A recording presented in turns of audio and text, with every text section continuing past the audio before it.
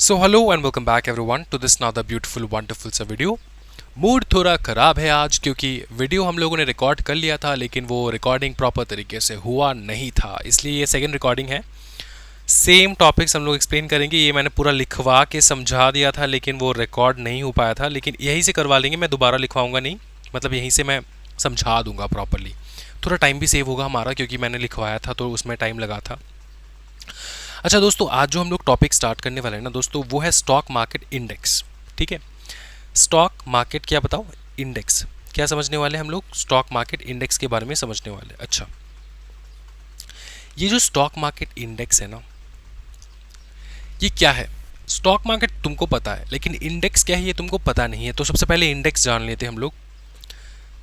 ठीक है, यहीं से मैं एक्सप्लेन करवा दूंगा तो थोड़ा ध्यान रखना है। देखो, हम लोग सीख रहे हैं स्टॉक मार्केट इंडेक्स। अब इंडेक्स को हम लोग इंडिसेस भी लिखते हैं, इंडेक्स भी लिखते हैं। इंडिसेस जो है ये एक प्लूरल वर्ड है एंड इंडेक्स जो है एक सिंगुलर है। तो सिंगुलर एंड प्लूरल जो है ये बाद में समझेंगे, सबसे पहले समझते हैं इसका मतलब क्या है। देखो, हमारे स्टॉक मार्केट में ना, हमारे इंडिया के स्टॉक मार्केट में या फिर किसी भी कंट्री के स्टॉक मार्केट में अलग अलग प्रकार के types and varieties of sectors होते हैं, है ना, डिविजन्स होते हैं। जैसे कि हम लोग small caps, mid cap and large cap, है ना, small cap company, small capital वाले कंपनीज, मिडिल कैपिटल वाले कंपनीज एंड लार्ज कैपिटल वाले कंपनीज। ठीक है, फिर जैसे सेक्टर्स होते हैं जैसे health sector, IT sector, bank sector, banking sector जिसको कहा जाता है। तो इसके अलग अलग प्रकार के सेक्टर्स होते हैं स्टॉक मार्केट में। अब इंडिया में तुमको अगर मैं बताऊं, एनएससी में लगभग 2200 स्टॉक्स लिस्टेड है। बीईएससी में लगभग 5000 स्टॉक्स, कंपनी के शेयर्स लिस्टेड है, वहाँ पे कंपनी के शेयर्स लिस्टेड है। तो लगभग 7200 स्टॉक्स जो है वो लिस्टेड है। तो एक चीज़ बताओ मुझको कि अगर तुम्हें पता करना है कि किसी भी सेक्टर, कोई भी सेक्टर, हेल्थ सेक्टर कैसे कर रहा है, हेल्थ के जो कंपनीज है वो कैसे कर रहे हैं इंडिया में, आईटी के जो कंपनीज है कैसे कर रहे हैं, बैंकिंग के जो कंपनीज है कैसे कर रहे हैं, या फिर ओवरऑल इंडिया का जो पूरा स्टॉक मार्केट है वो कैसा कर रहा है, वो तुमको अगर पता करना है तो तुमको हेल्प चाहिए होगा इंडेक्स का। इंडेक्स क्या होता है सर? इंडेक्स का मीनिंग मैंने यहाँ पे लिखा रखा है, देखो। An index is a measurement tool. ये क्या करता है? मेजर करता है, मेजरमेंट टूल है। that tracks the performance of a group of item, that tracks the performance of a group of item। यहाँ मैंने आइटम इसलिए लिखा है क्योंकि यहाँ पे स्टॉक्स भी आ जाएंगे, कॉमोडिटीज़ भी आ जाएंगे। ठीक है, कॉमोडिटीज़ के भी इंडेक्स होते हैं, स्टॉक्स के भी इंडेक्स होते हैं इन द स्टॉक मार्केट। ये जो इंडेक्स है कहाँ पे होता है? In the stock market.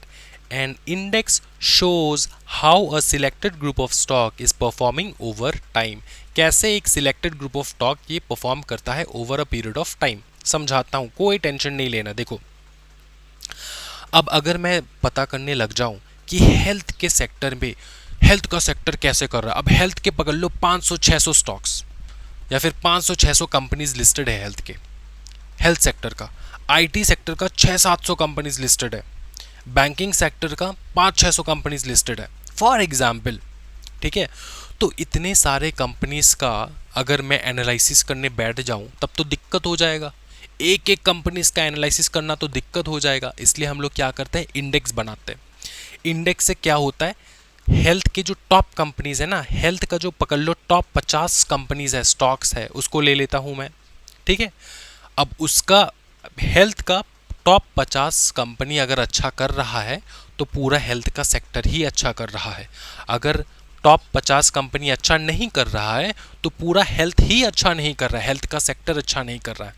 अगर आईटी की कंपनीज जो है वो अच्छा कर रहे हैं, टॉप 50, ठीक है, टॉप 50 कंपनीज अगर अच्छा कर रहे हैं तो ये हम लोग मान के चलते हैं कि आईटी का सेक्टर अच्छा कर रहा है। अगर आईटी के टॉप 50 कंपनीज अच्छा नहीं कर रहा है तो हम लोग मान के चलते हैं कि आईटी सेक्टर जो है आज अच्छा नहीं कर रहा है। उसी प्रकार से बैंकिंग सेक्टर के कुछ टॉप कंपनीज अगर अच्छा कर रहे हैं तो हम लोग मान के चलते पूरा बैंकिंग सेक्टर अच्छा कर रहा है। अगर बाई चांस उस बैंकिंग सेक्टर के जो टॉप कंपनीज है वो अच्छा नहीं कर रहे हैं, तो ये हम लोग मान के चलते हैं कि जो बैंकिंग कंपनीज है वो अपने आप में ही अच्छा नहीं कर रहा है। ठीक है, ये हम लोग मान के चलते हैं। अब सुनो एक चीज, ये जो हम लोगों ने टॉप 50, टॉप 20, टॉप 30 कंपनीज ले रहे हैं ना, ये जो हम लोग सिलेक्शन किया ना 30 कंपनी 50 कंपनी टॉप के, इसको कहते हैं हम लोग इंडेक्स। इसको कहते हैं हम लोग इंडेक्स। इतना समझ में आ चुका है? हाँ जी, बताओ। ठीक है, और अगर मैंने पकड़ लो हेल्थ, आईटी, बैंक, इनके अलग अलग इंडेक्स को अगर मैंने बताया, एक साथ बताया, तो हम लोग कहते हैं इंडिसेस। क्यों? क्योंकि इंडिसेस जो है एक प्लूरल वर्ड है एंड इंडेक्स जो है एक सिंगुलर वर्ड है। इंडिसेस एक प्लूरल वर्ड है एंड इंडेक्स जो है एक सिंगुलर वर्ड है। क्या समझ में आ रहा है? आगे देखेंगे। देखो, ये तुमको डेफिनेशन फिर से मैं कराऊंगा सो दैट अब तुमको फिर से दोबारा से समझ में आ जाए। एंड इंडेक्स प्लूरल फॉर्म में होता है इंडिसेस, बहुत सारे इंडेक्स मिला के इंडिसेस होता है। Is a measurement tool that tracks the performance of a group of items. अब ये आइटम्स में तुम स्टॉक ले लो, कमोडिटीज ले लो, इन द स्टॉक मार्केट। ये आइटम्स कहाँ पर है लिस्टेड? स्टॉक मार्केट में। And index shows how a selected group of stocks is performing over time। अगर वो selected group of stocks अच्छा परफॉर्म कर रहे हैं तो हम लोग मान के चलते हैं कि बाकी पूरा सेक्टर अच्छा कर रहा है। देखो, तुमने कभी ना कभी निफ्टी 50 सेंसेक्स 30 सुना ही होगा। निफ्टी 50 सेंसेक्स 30 नहीं सुना है तो तुमको बता देता हूँ। देखो इंडिया में, ये देखो इंडिया में, इसको इरेज कर दो, दोबारा लिखवा देता हूँ, कोई टेंशन वाली बात नहीं। इंडिया, तो इंडिया कह लो या फिर किसी भी कंट्री कह लो, अच्छा कंट्री अच्छा कर रहा है, डेवलप हो रहा है, नहीं हो रहा है, इसका एक बेहतरीन इंडिकेटर जो है ना वो होता है स्टॉक मार्केट। वो होता है स्टॉक मार्केट। अगर किसी भी कंट्री का स्टॉक मार्केट अच्छा परफॉर्म करता है तो हम लोग मान के चलते हैं कि वो कंट्री अच्छा परफॉर्म कर रहा है। कंट्री के इकोनॉमिक कंडीशन को दर्शाता है उस कंट्री का स्टॉक मार्केट। स्टॉक मार्केट में अलग अलग कंपनीज है, बहुत सारे कंपनीज है, ये सारे कंपनीज अगर अच्छा कर रहा है तो ओवरऑल कंट्री अच्छा कर रहा है। समझ में आ रहा है? इसलिए कंट्री अच्छा कर रहा है कि नहीं, कंट्री का इकोनॉमिक कंडीशन कैसा है वो अपनी स्टॉक मार्केट को देख के पता चल जाता है। ठीक है, अब पकड़ लो इंडिया। इंडिया में है तुम्हारे स्टॉक एक्सचेंजेस, जो कि है तुम्हारा नेशनल स्टॉक एक्सचेंज, दूसरा है बॉम्बे स्टॉक एक्सचेंज। ये क्या है? Stock exchanges. अब ये जो स्टॉक एक्सचेंजेस है, इन स्टॉक एक्सचेंजेस में लगभग 2200 एंड यहाँ पे 5000 शेयर्स, स्टॉक्स जो है कंपनीज के, अलग अलग कंपनीज के स्टॉक्स जो है वो लिस्टेड है इसका, इस स्टॉक एक्सचेंज में।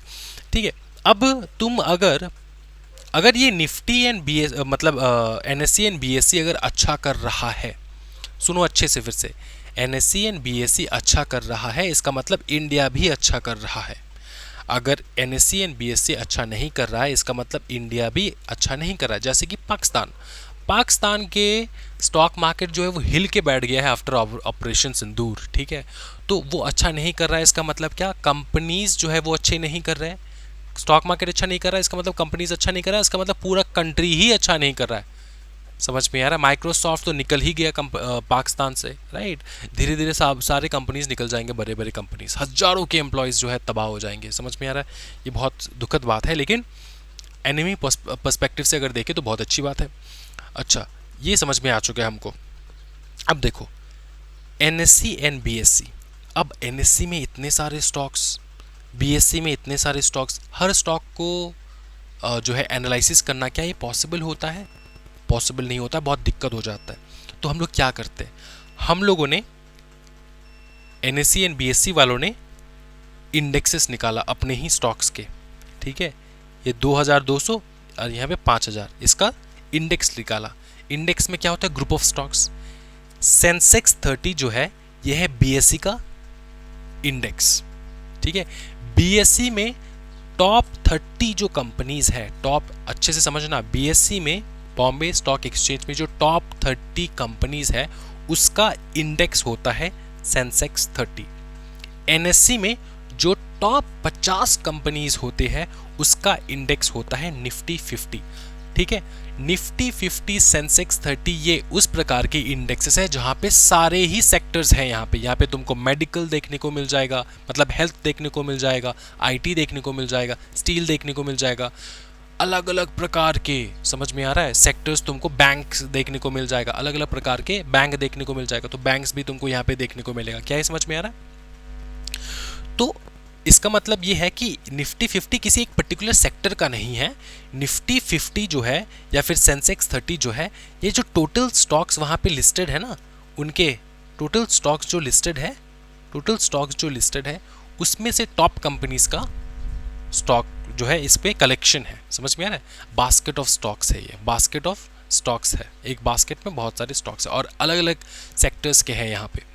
तो ये मान के चल सकते हैं कि अगर निफ्टी अच्छा कर रहा है तो एनएसई अच्छा कर रहा है, अगर सेंसेक्स अच्छा कर रहा है तो बीएसई अच्छा कर रहा है, अगर निफ्टी अच्छा कर रहा है, एनएसई अच्छा कर रहा है, सेंसेक्स 30 अच्छा कर रहा है, बीएसई अच्छा कर रहा है, इसका मतलब इंडिया भी अच्छा कर रहा है। समझ में आ रहा है ना दोस्तों? इसी प्रकार से अगर हम लोग ना सेक्टर वाइज ले ले, तो सेक्टर वाइज भी बहुत सारे इंडेक्स होते हैं। जैसे कि बैंक का अलग इंडेक्स होता है, हेल्थ का अलग इंडेक्स होता है। इन इंडेक्स से क्या पता चलता है कि ये जो इस कंट्री में जितने भी बैंकिंग कंपनीज हैं वो कैसे परफॉर्म कर रहे हैं।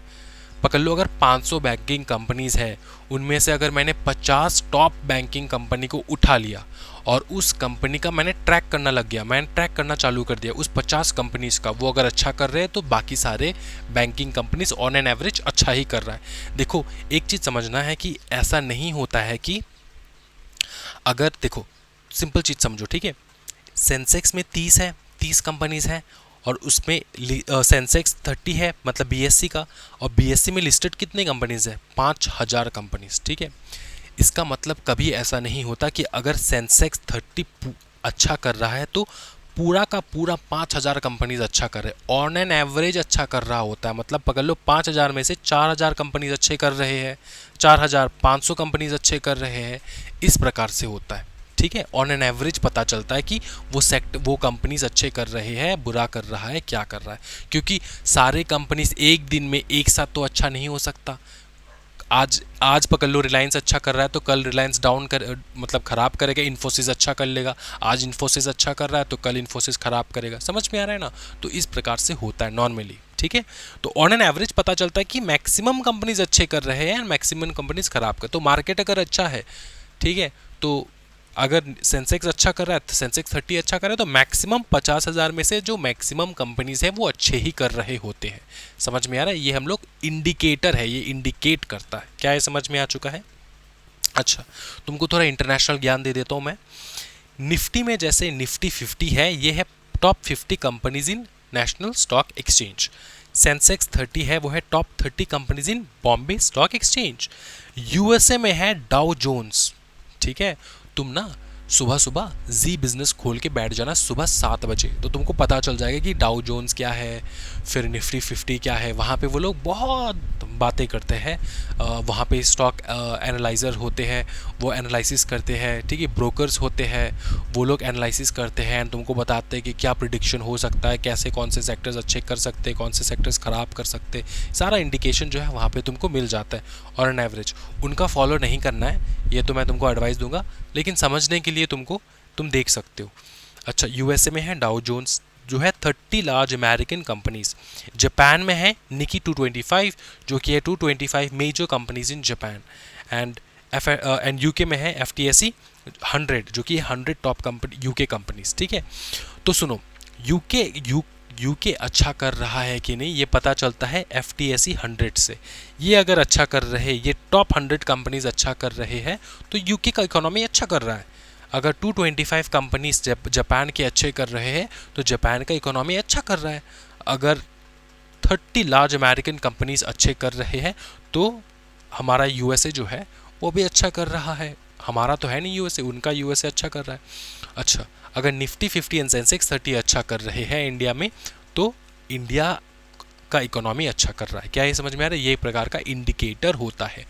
क्या यहाँ पे तुमको इंडेक्स पूरा समझ में आ चुका है कि इंडेक्स क्या होता है? मैं तुमको लिख के देता हूँ। आज के डेट में ना 70 to 80% लोग जो स्टॉक मार्केट में स्टॉक का परचेज सेल एंड परचेज करते हैं, उनको पता नहीं होता कि इंडेक्स क्या होता है। तो तुमको यहाँ पे समझ लेना और ज़िंदगी भर के लिए इसको याद रखना है, और इससे तुमको एडिशन ही नॉलेज मतलब मल्टीप्लाई करना है नॉलेज को। ये बेस रहता है, ये तुम्हारा होता है फाउंडेशन। उसके बाद तुमको इसके ऊपर और जोड़ते रहना है knowledge on the stock market. ठीक है, अच्छा हम लोग इधर सीधा जाएंगे। हम लोग यहाँ पे थोड़ा हम लोग मार्किंग वगैरह कर लेंगे बहुत ब्यूटीफुल तरीके से, कोई टेंशन वाली बात नहीं है। आज कंप्लीट कर देंगे इस चैप्टर को दोस्तों। स्टॉक मार्केट इंडेक्स क्या होता है? Indicator giving information about price movement in the market. Financial हो सकता है, कमोडिटी हो सकता है, एक्सेट्रा, जो मैंने तुमको एक्सप्लेन किया है। Constructed by selecting a representative group of stock. किस रिप्रेजेंटेटिव ग्रुप ऑफ स्टॉक? अच्छा, रिप्रेजेंटेटिव ग्रुप ऑफ स्टॉक क्यों लिखा है सर यहाँ पे? क्योंकि तुम तो सारे स्टॉक्स को नहीं लेते ना। पकड़ लो, हेल्थ का 500 स्टॉक्स है, 500 स्टॉक्स लिस्टेड है हेल्थ का। अगर हेल्थ का 500 स्टॉक लिस्टेड है, अगर हेल्थ का 500 स्टॉक लिस्टेड है, यहाँ पे तुमने टॉप 20 कंपनीज लिया है, तो ये टॉप 20 कंपनीज जो है इसका तुम देखोगे, ट्रैक करोगे, ये अच्छा कर रहा है नहीं कर रहा है। ये अगर अच्छा करे तो 500 कंपनीज ऑटोमेटिकली अच्छा करेंगे, क्योंकि टॉप कंपनीज है 20। अब सुनो एक चीज़, क्या ये टॉप 20 कंपनीज ये 500 कंपनीज को रिप्रेजेंट कर रहे हैं? आंसर है यस।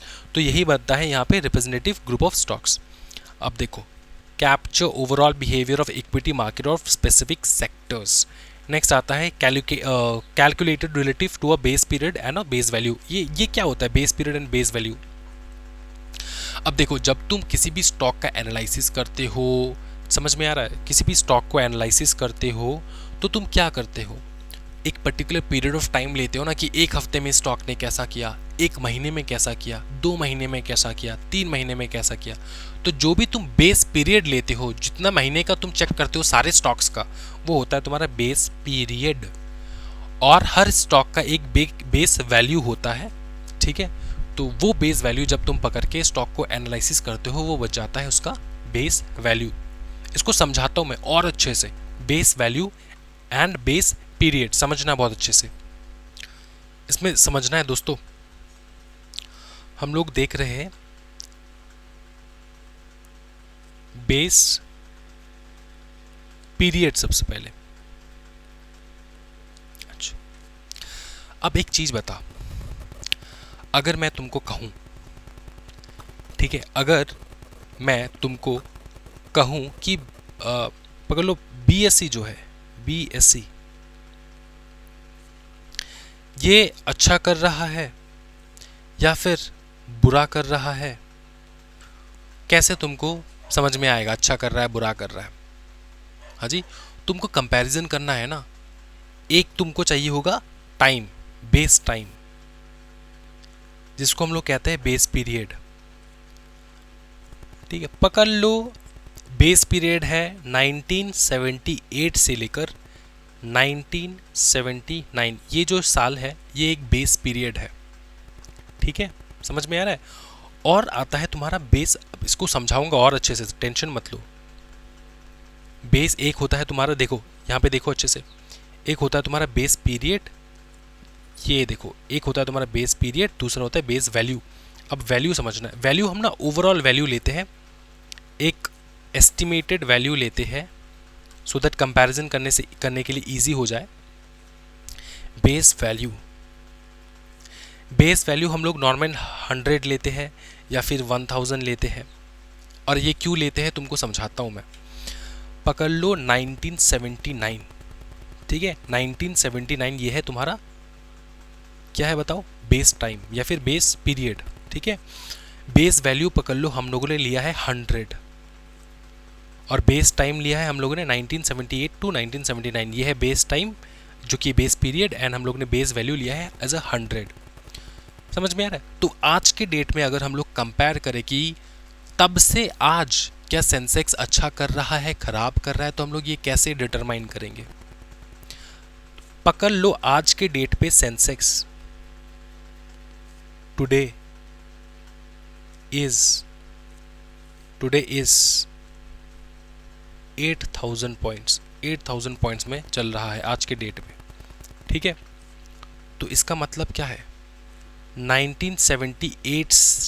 1979 से लेकर आज तक market has grown by 800 times. 800 Guna market grow हो चुका है सिंस कब से, सिंस 78 79, सिंस 78 एंड 79 कितना गुना बढ़ चुका है, 800 गुना। क्योंकि 100 इंटू 800 गुना इक्वल्स टू 80,000 ना, जो आज का रेट है। तो इसलिए हम लोग लेते हैं बेस प्राइस, बेस वैल्यू जो है वो लेते हैं एज 100, या फिर कभी कभार 1000 लेते हैं, या फिर 100 लेते हैं, ठीक है। एंड बेस पीरियड जो है वो स्टार्टिंग ऑफ द टाइम हम लोगों ने लिया 1978 एंड 79, ये हम लोगों ने बिग बेस पीरियड लिया और वहाँ से हम लोग कंपेयर करते हैं। तो यहाँ पे क्या लिखा है दोस्तों, लिखा है कि calculate relative to a base period and base time, calculated relative to a base period and base time. तो हम लोग कैलकुलेट करते हैं relating to a base period and a base time. इससे क्या पता चलता है, इससे पता चलता है कि कितना बेटर हुआ है आज के डेट में, कितना अच्छा कर रहा है वो कंपनी। समझ में आ चुका है। अच्छा, बेनिफिट क्या है, compare stock fund performance against market benchmark, track performance of market segments, ठीक है। Historical comparison of returns versus other assets, कि अगर तुम स्टॉक मार्केट में इन्वेस्ट करोगे तो कितना तुमको रिटर्न मिल रहा है, जैसे आज के डेट में 800 गुना return compare to other assets जैसे कि गोल्ड या फिर डेट्स वगैरह, उसके कंपैरिजन में इक्विटी में कितना तुमको मिल रहा है। समझ में आ रहा है ना, तो तेरे को कैलकुलेट करने में आसानी होता है इस चीज़ का। ये आज के डेट में, मतलब पहले अगर मैंने गोल्ड में इन्वेस्ट किया होता, स्टॉक मार्केट में इन्वेस्ट ना करके, तो कितना बेनिफिट होता मेरा या फिर कितना लॉस होता, वो तुम कैसे कंपेयर कर पाओगे, इसी प्रकार से बेस पीरियड बेस वैल्यू निकाल के जब तुमने स्टार्ट किया था वहाँ से तुमने एक बेस ईयर ले लिया और फिर तुमने कैलकुलेट करना चालू कर दिया। अच्छा, लीड इंडिकेटर है ऑफ इकोनॉमी, जैसे तुमको पता है मैंने समझाया था कि इकोनॉमी अच्छा कर रहा है बुरा कर रहा है, वो कैसे पता चलता है, through the help of stock market, ठीक है। Reflects up to date information basis of financial product, जैसे index fund, future and options. Future और ऑप्शंस तो हम लोग ने देख रखा है, एंड इंडेक्स फंड। कैटेगरीज है जैसे बेंचमार्क इंडेक्सेस, बेंचमार्क इंडेक्सेस है तुम्हारा निफ्टी 50 एंड सेंसेक्स 30। बेंचमार्क क्यों है, क्योंकि यहाँ पे सारे ही स्टॉक, सारे ही सेक्टर्स इंक्लूडेड है यहाँ पे, ठीक है। ये अच्छा कर रहा है तो पूरा इंडिया अच्छा कर रहा है, वरना नहीं। फिर आता है सेक्टोरल इंडेक्सेस। सेक्टोरल इंडेक्सेस में आता है निफ्टी का बैंक, बीएससी का हेल्थ केयर, ये अलग अलग सेक्टर्स वाइज है। फिर आता है मार्केट कैप इंडेक्स, जो कि बेस्ड ऑन कंपनी का size, Nifty mid cap 100, BSc small cap, ये अलग अलग प्रकार के ना इंडेक्स है, तुमको याद रखना है, ये अलग अलग प्रकार के इंडेक्स है। बहुत सारे इंडेक्स है, इंडिसेस कह सकता हूँ मैं, बहुत सारे इंडिसेस है तुम्हारे स्टॉक मार्केट में, ये तुमको ज़्यादा इंपॉर्टेंट नहीं है याद रखने के लिए, तो सिर्फ तुमको डेफिनेशन याद होना चाहिए कि इंडेक्स होता क्या है, इंडिसेस होते क्या है। बेसिस ऑफ सेंसेक्स क्या होता है, launch to 1986, BSC benchmark index है ये, market weighted index of 30 large well established financial sound companies across key sectors, major sector के 30 बड़े बड़े companies, calculated using free float market capitalisation method, ठीक है। अच्छा, तुम अगर सोचोगे कि यार तुम्हारा ये जो बीएससी है, बीएससी में तो 5000 स्टॉक्स है, उसमें से टॉप 30 तुमने कैसे निकाला, तो इस मेथड से निकाला गया है, calculated using free float market capitalisation method. Market capitalisation होता है total share issue into stock का प्राइस। फ्री फ्लोट का मतलब होता है share readily available for trading, मतलब जो ऑलरेडी इशूड है shares and which are readily available for trading, excluding promoter holding, government holding and other locked in shares. Locked in shares क्या होते हैं, वो शेयर्स जो रेडिली अवेलेबल नहीं है ट्रेड करने के लिए, जो मार्केट में तुम अभी फिलहाल तो खरीद नहीं सकते, ठीक है। फिर आता है calculation, use free float market cap relative to a base period of 1978 to 1979 and base value to 100। इस प्रकार से कैलकुलेट किया जाता है। अब देखो basis of Nifty and Nifty 50। ये है एनएससी का benchmark managed by India index services and product limited IISL। इस बेंचमार्क को, इस एनएससी बेंच इंडेक्स को मैनेज करने के लिए एक अलग ही कंपनी है जो मैनेज करता है, जिस कंपनी का नाम है India index service and product limited. Collection of 50 large liquid stocks listed on NSC. Liquid stocks मतलब वही फ्री फ्लोटेड स्टॉक्स जो हम लोग खरीद बेच सकते हैं। Also use free float market capitalization weighted method. Calculate using current free float market divided by base market cap as of November 3, 1995 into base value 1000. इसमें base value 1000 लेता है एंड base period जो है वो लिया जाता है 1995, नवंबर 3, 1995 ये base period लिया जाता है। वैल्यू कितना 1000 लिया जाता है। कौन से इंडेक्सेस हैं? Example Nifty 50, Nifty next 50, Nifty 100, Nifty mid cap 150, Nifty small cap 100, various sectoral indexes. तो इस प्रकार से अलग अलग इंडिसेस है। समझ में आ रहा है? चलो इतना तुमको याद रखना है बस। अब देखो basis of investing guidance for budding investors, मतलब नए नए इन्वेस्टर्स के लिए गाइडेंस है ये। देखो ये जो है ना तुमको मैं यहाँ पे बता दूँ क्या है। अंडरस्टैंड योरसेल्फ, आइडेंटिफाई तुम्हारा इन्वेस्टमेंट गोल कितना, 1000 या फिर 1 करोड़। उसके हिसाब से तुमको इन्वेस्टमेंट प्लान जो है बनाना है। जितना ज़्यादा कैपिटल उतना ज़्यादा रिस्क एपेटाइट होगा तुम्हारा। समझ में आ रहा है कि तुम्हारे पास ज़्यादा कैपिटल है तो तुम ज़्यादा रिस्क ले सकते हो, कम कैपिटल है तो तुम इतना ज़्यादा रिस्क कैसे ले सकते हो। समझ में आ रहा है? Investment decide the amount and time horizon की कितना समय पे कितना तुम क्या लॉन्ग टर्म इन्वेस्ट करना है, शॉर्ट टर्म इन्वेस्ट करना है वो।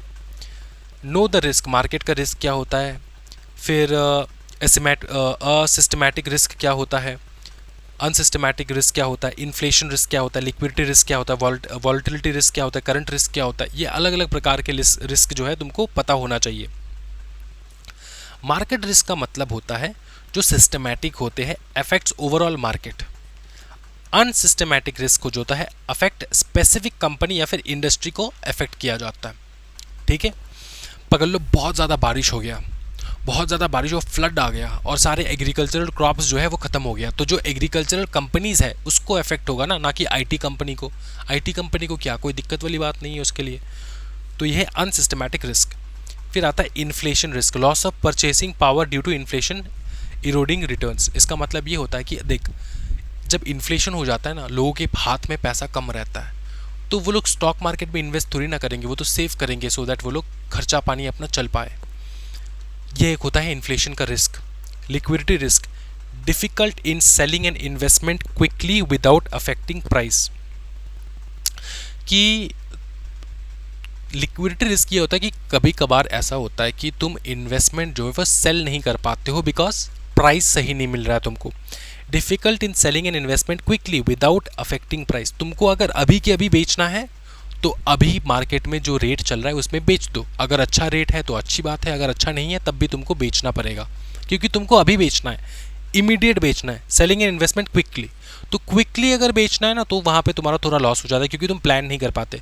कभी भी किसी भी स्टॉक को तुम खरीद रहे हो तो तुमको प्लानिंग से बेचना चाहिए होता है। ठीक है, डू योर होमवर्क, मेक। अच्छा, वॉलेटिलिटी रिस्क है, stock price fluctuating over time, ऊपर नीचे होता रहता है तो एक रिस्क है। करेंसी रिस्क है, loss due to fluctuation foreign currencies.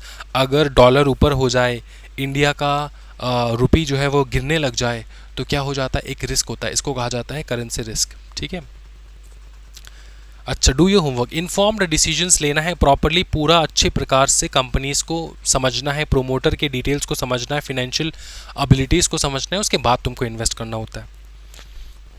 Bank account रखना होगा, ट्रेडिंग अकाउंट रखना होगा, डीमैट अकाउंट रखना होगा, तब ना जाके तुमको शेयर्स मार्केट में शेयर खरीद पाओगे। केवाईसी होना चाहिए होगा। केवाईसी छोड़ दो, यहाँ पे कोई इंपॉर्टेंट नहीं है। केवाईसी का मतलब ये होता है तुम जब अकाउंट ओपन करते हो ना, डीमैट अकाउंट बनाते हो अपना, तो वहाँ पे तुम्हारा केवाईसी लगता है। तुम बैंक अकाउंट खोलते हो तब भी तुम्हारा केवाईसी लगता है। तो केवाईसी तो उनका काम है, तुमको पढ़ने की आवश्यकता नहीं है। क्लियरिंग कॉर्पोरेशन मैंने कंप्लीट कर रखा है। क्लियरिंग कॉर्पोरेशन की वो क्या करता है आगे वाले वीडियोस में मैंने करवा रखा है, यहाँ पे तुमको रीड करना है। clearing and settling all trades executed on the exchange, deposit collateral and risk management, build confidence in settlement, ensure short consistent settlement cycles, provide counterparty risk guarantee, ये मेन है, counterparty risk guarantee, operate a tight risk containment system. Party A ने party B को share sale किया तो party B receive करेगा share, party A receive करेगा money. तो ये money and share party B receive कर रहा है कि नहीं, पार्टी ए रिसीव कर रहा है कि नहीं, इसका रिस्पॉन्सिबिलिटी होता है क्लियरिंग कॉरपोरेशन का। क्लियरिंग कॉरपोरेशन मेक श्योर करता है कि पार्टी बी को शेयर मिल जाए अपना एंड पार्टी ए को अपना पैसा मिल जाए। काउंटर पार्टी रिस्क गारंटी, समझ में आ रहा है? काउंटर पार्टी रिस्क गारंटी की ये जो ड्यूटी होता है ना, ये होता है क्लियरिंग कॉरपोरेशन का कि जिसको जो मिलना चाहिए वो मिल जाए। ठीक है, ये रिस्पॉन्सिबिलिटी उठाता है क्लियरिंग कॉरपोरेशंस। अच्छा, इधर आ जाओ। मार्केट सर्विलेंस, इसको रीड करना है। ये ना आपको नेक्स्ट चैप्टर में अच्छे से पढ़ने को मिलेगा, यहाँ पे कुछ इंपॉर्टेंट नहीं है। मार्केट सर्विलेंस का यहाँ से तुमको करना नहीं है, इसको कट कर दो अभी के लिए। नेक्स्ट चैप्टर में हम लोग देखेंगे इसको अच्छे से। यहाँ पे ये चाहिए नहीं होता है, ठीक है। अच्छा, इसको भी कट कर दो, ये नॉट नेसेसरी। अच्छा, फेड पॉलिसी देखो, impact of various policies on stock market. US का है fed policy, federal reserve policy and action influence global market. देखो एक चीज तुमको समझना है दोस्तों, एक चीज ना तुमको बहुत अच्छे से समझना है। ये एरर है, टाइपिंग एरर है। अच्छा, कि इंटरेस्ट रेट अगर चेंज हुआ यूएस का, पैसा देने का पैसा लेने का इंटरेस्ट रेट चेंज हुआ, तो रेट अगर हाइक हुआ तो क्या हुआ? स्ट्रेंथन्स यूएसडी स्ट्रांग होगा। Potential lead to FFI outflow for emerging market like India, seeking higher US return, weaker INR. देख सिंपल चीज समझ, यूएस ने अपना डॉलर इसको अगर स्ट्रांग करने लग जाए, ये जितना रेट इसका हाइक होगा, जितना in comparison to other country का जो करेंसी है उससे ज़्यादा ये बेटर रहेगा, तो इन्वेस्टर्स क्या करेगा? पकड़ ले, आज का $1 अगर 80 रुपीज़ है, ठीक है, पकड़ ले आज का, कल परसों पकड़ ले $1 जो है वो 180 रुपीज़ हो जाए, तो क्या हो रहा है? इंडिया का रुपी कमज़ोर हो रहा है ना, इंडिया का रुपी कमज़ोर हो रहा है। क्या हो रहा है? कमज़ोर हो रहा है। तो इंडिया से जो एफआईआई है वो निकल जाएंगे, FII outflow from emerging market like India. ठीक है, समझ में आ रहा है? ये कौन है? ये फिनेंशियल इंस्टीट्यूशंस होते हैं जो इंडिया में, बाहर देश के इंस्टीट्यूशंस होते हैं जो इंडिया में इन्वेस्ट करते हैं। अब जब इंडिया में इन्वेस्ट करने का कोई फ़ायदा नहीं, अब वो एक चीज़ बता, पाकिस्तान में कौन इन्वेस्ट करेगा? पाकिस्तान के स्टॉक मार्केट में कौन इन्वेस्ट करेगा? फॉरेन कंट्री वाले इन्वेस्टर्स इन्वेस्ट करेगा? उसका पैसे का कोई वैल्यू है? वैल्यू नहीं है। उसी प्रकार से अगर इंडिया का वैल्यू गिरने लग जाए, पैसे का वैल्यू गिरने लग जाए, तो सारे जो फिनेंशियल इंस्टीट्यूशंस हैं वो निकल जाएंगे, इंडिया से निकल जाएंगे। पैसे का कोई वैल्यू नहीं है इंडिया रुपीज़ का, वो लोग यूएस से चले जाएंगे, उनके स्टॉक मार्केट में वो लोग इन्वेस्ट करेंगे, ना कि इंडिया में। क्या ये समझ में आ रहा है? तो ये होता है, अगर रेट हाइक हो गया तो क्या होता है? स्ट्रेंथन्स, इंटरेस्ट रेट चेंज हो गया तो स्ट्रेंथ करता है यूएस पॉलिसी को, leads FFI outflow from emerging market like India. अच्छा, weakens INR, pressures Indian bond yield upwards, may make RBI hesitate to cut rates. ठीक है, इतना याद रखो।